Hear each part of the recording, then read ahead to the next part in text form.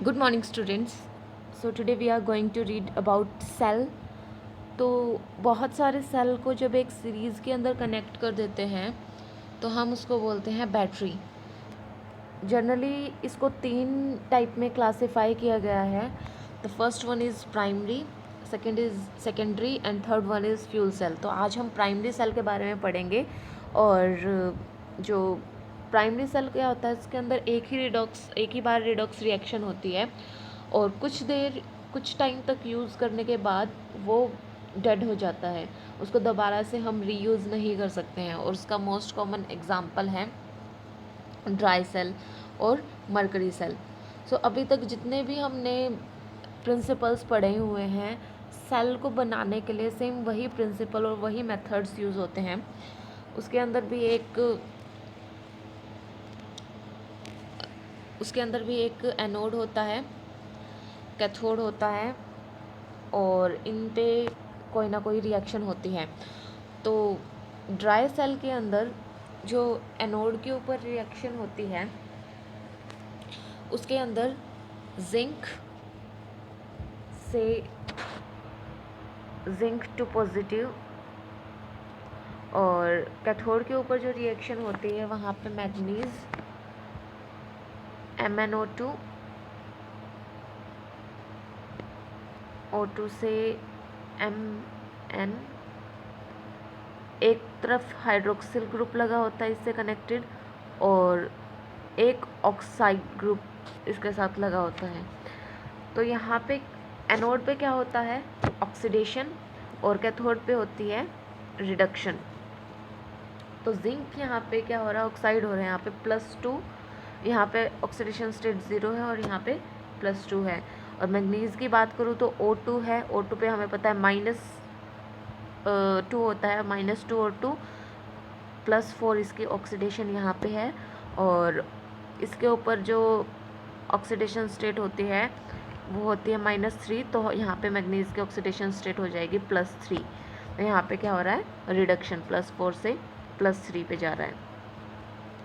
और अगर इस सेल की बात करूँ तो ये सेल जनरली आपने टीवी का जो रिमोट होता है उसके अंदर देखा होगा, या फिर वॉल क्लॉक होती है उसके पीछे ये सेल यूज़ होता है। और इस सेल के अंदर एक कंटेनर होता है।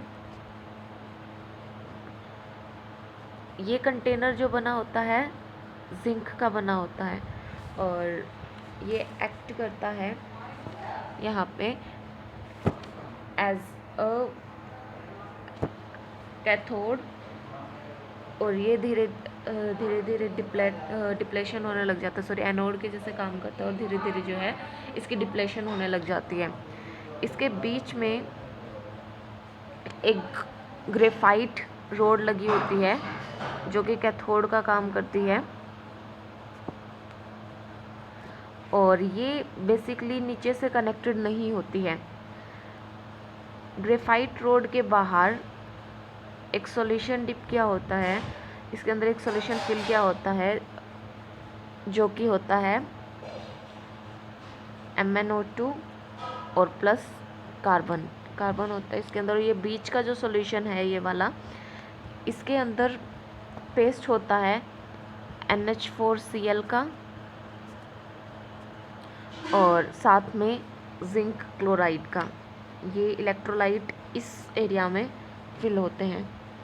और ये नीचे वाला जो पोल होता है वो यहाँ से तो इसको पेपर वगैरह से कवर कर लेते हैं, लेकिन नीचे से कवर नहीं करते हैं इसको। और ये नीचे वाला पोल नेगेटिव पोल होता है और ऊपर वाला पोल पॉजिटिव पोल होता है। अब ये कंटेनर एक्ट करता है एनोड की तरह। ग्रेफाइट रोड होती है इसके बीच में सेंटर में, जिसका बेस टच नहीं होता है। जो स्पेस होता है एनोड और कैथोड के बीच में वो पैक्ड नहीं होता है।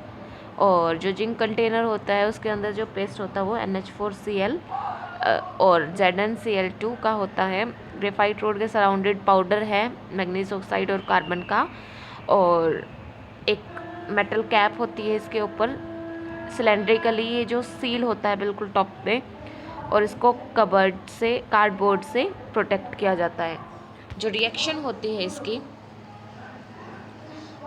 वो रिएक्शन कुछ इस टाइप से होती है।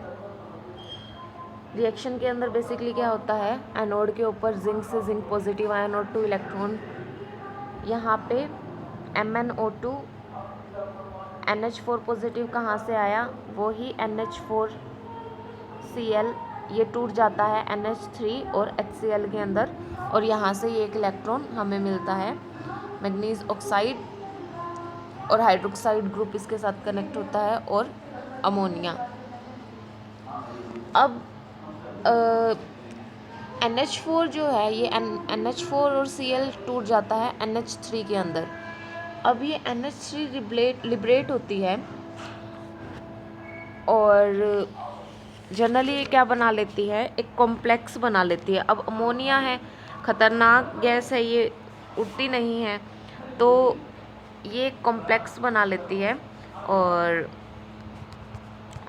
वो जो कॉम्प्लेक्स होता है वो होता है ZnNH3 twice Cl2, ये कॉम्प्लेक्स बना लेती है, जिसका नाम होता है डाईअमाइन डाईक्लोरो जिंक।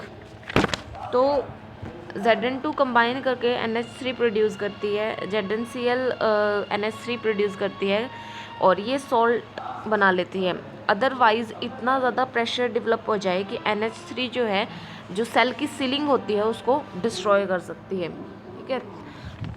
और ये सेल, हमने पहले ही बात किया था कि इसकी वोल्टेज रेंज जो होती है वो होती है 1.5 से 1.5 वोल्ट, 1.2 से लेके 1.5 वोल्ट तक इसकी रेंज होती है। और ये जो है ज़्यादा दिन तक यूज़ नहीं होता है, सिर्फ थोड़े टाइम के लिए ही इसको यूज़ कर सकते हैं, क्योंकि NH4Cl जो होता है ये एसिडिक होता है और कोरोड कर देता है जिंक कंटेनर को धीरे धीरे, तो ये सेल ज़्यादा दिन तक यूज़ में नहीं आता। ओके, तो आज हमने ड्राई सेल के बारे में पढ़ा। That's all for today, thank you.